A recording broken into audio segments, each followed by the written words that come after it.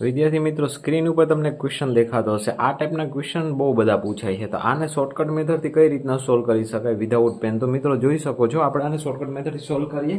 તો જ્યારે આવો ક્વેશ્ચન હોય ને ત્યારે શું કરવાનું? લાસ્ટમાંથી લેવાનું. તો કે 225 છે તો એનું વર્ગમૂળ શું નીકળે? તો કે એનું વર્ગમૂળ નીકળે 15. 15 ગુણ્યા 15 એટલે 225. તો 225 આમાં એડ કરીએ તો કેટલા થયા? તો કે 169. 169 ફરીવાર વર્ગમૂળમાં છે ને, અહીંયા પ્લસ જ છે તો આમાં ફરીવાર આનું વર્ગમૂળ કાઢીએ એટલે કેટલું નીકળે? તો કે 13 નીકળે. પ્લસ આમાં 13 કરો તો કેટલા થશે? તો કે 121. 121 આની સાથે પ્લસમાં છે પણ આ વર્ગમૂળમાં છે તો ફરીવાર એનું વર્ગમૂળ કાઢીએ કેટલું નીકળે? 11. તો કે 25 માં 11 નાખો એટલે કેટલા થયા? તો કે 36.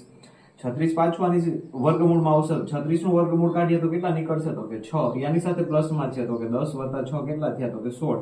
એ ફરીવાર વર્ગમૂળમાં છે તો કે 16 નું વર્ગમૂળ કાઢો તો કેટલું નીકળે? તો કે 4. તો આ ડાયરેક્ટ આન્સર. તો જ્યારે આ ટાઈપના ક્વેશ્ચન જ્યારે પણ પૂછવામાં આવે ત્યારે શોર્ટકટ મેથડથી સોલ્વ કરવાના પણ તમને વર્ગમૂળ અને ઘનમૂળ આવડતા હોવા